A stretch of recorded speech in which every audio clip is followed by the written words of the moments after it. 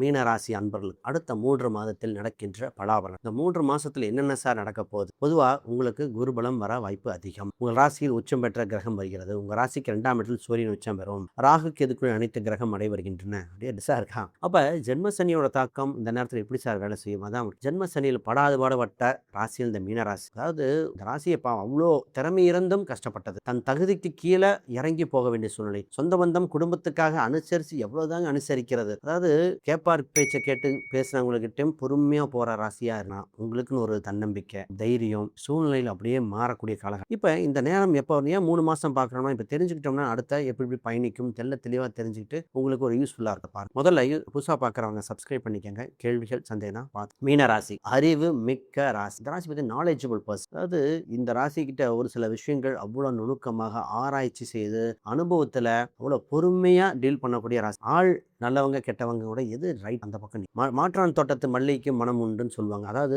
மற்ற நல்ல கருத்துக்கள் வேற ஒரு ஆள்கிட்ட இருந்தாலும் அதை ஏத்துக்கு மனப்பக்கம் உண்டு. உங்க ராசியிலன்னா உங்களுக்கு தேவகுரு நீங்கெல்லாம் இந்த ராசிக்கு அசுரகுருன்னு சொல்ற சுக்கிரனுக்கே இடம் கொடுக்கறவங்க. அப்ப இந்த ராசிக்கு அந்த மாதிரி தன்மைகள் நிறைய இருக்கு. சூட்சும விஷயம் என்ன தெரியுங்களா? இந்த ராசி அறிவே துணையாக வச்சிருக்கும். எப்பவுமே பொறுமையாக இருக்கும். குலதெய்வம் சம்பந்தோட தானம் தர்மம் செய்வது சிறந்ததா இருக்கும். நல்ல பழக்க வழக்கங்கள், நல்ல ஆசிரியர், குடும்பம் இது மாதிரி பலது கொண்டு போகும். ஆனால் இந்த ராசிக்குன்னு ஒரு இன்சல்ட் வந்தா கூட கீழே விழுந்தா கூட மேல ஜெயிச்சு வருவேன் அப்படிங்கிற அளவுக்கு மீண்டு வரும் பாருங்க. விழுந்தவன் மீண்டும் வெற்றி பெற முடியும்னா இந்த ராசி. ஏன்னா இந்த ராசிக்கு எவ்வளவு இதா இருந்தாலும் மேல திருப்பி வருகின்ற அம்சம் உண்டுங்க ராசி. ரைட். இப்ப 3 மாசம் பலாபலனை பார்ப்போம். முதல்ல இந்த ராசிக்கு முதல் நம்ம சொல்ல போற 3 மாதத்துல இந்த ராசி தன்னம்பிக்கை உயர்கிற காலகட்டம் வந்து விட்டன. தைரியம் உயர்கின்ற காலகட்டங்கள், கொடுக்கல் வாங்கல் சீரா. இப்ப இந்த ராசி சார் இடம் அமையுமா, வீடு அமையுமா, சொத்து அமையுமா என்ற எண்ணம், உடல்நிலை நல்லா இருக்குமா, இதுதான் ஓடிட்டு ஃபர்ஸ்ட் உங்கள் ராசி சார் இடம் வீடு சொத்து இது போன்ற ஒரு அமைப்பு வருகிறது. வாய்ப்பு இருப்பவங்க அதை பயன்படுத்த. நிறைய பேர் கடன்ல இருப்பாங்க, அவங்கள விட்டுருங்க. மேக்சிமம் பணம் ஏதோ ஒரு வகையில வாங்கணும்